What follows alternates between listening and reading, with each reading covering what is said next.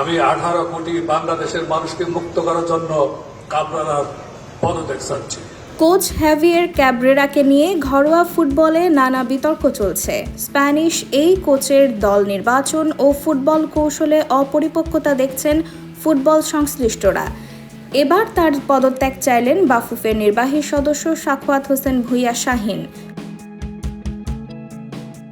সকালে meet the press অনুষ্ঠানের আয়োজন করে বাফুফে। সেখানে ফেডারেশনের নির্বাহী কমিটির 14 সদস্য মঞ্চে উপস্থিত ছিলেন।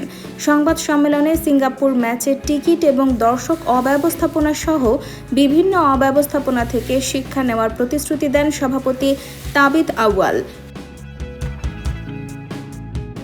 সবার শেষে বাফুফের নির্বাহী সদস্য শাহীনকে অভ্যন্তরীণ অডিট ও গভর্নমেন্ট রিলেশন নিয়ে আলোকপাত করার অনুরোধ জানান সাধারণ সম্পাদক ইমরান হোসেন। তবে এই বিষয়ে বক্তব্য না রেখেই হ্যাভিয়ের ক্যাব্রেরার পদত্যাগ চান জাতীয় দল কমিটির এই সদস্য।